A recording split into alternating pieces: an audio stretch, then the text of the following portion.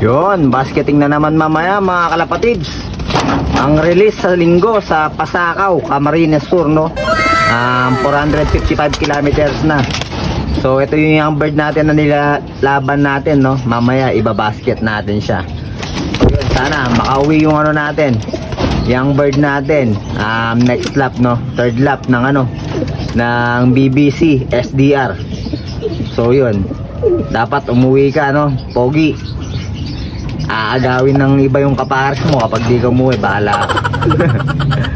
Yun mga kalapatids, good luck sa lahat ng mga kasali sa BBC SDR, no? Sana makapagpauwi tayong lahat.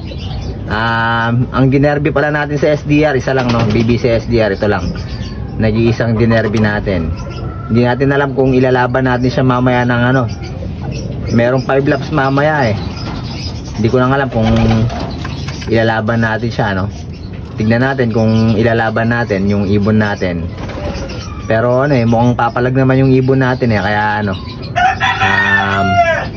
siguro yun, i-entry natin siya ng 5 laps mamaya.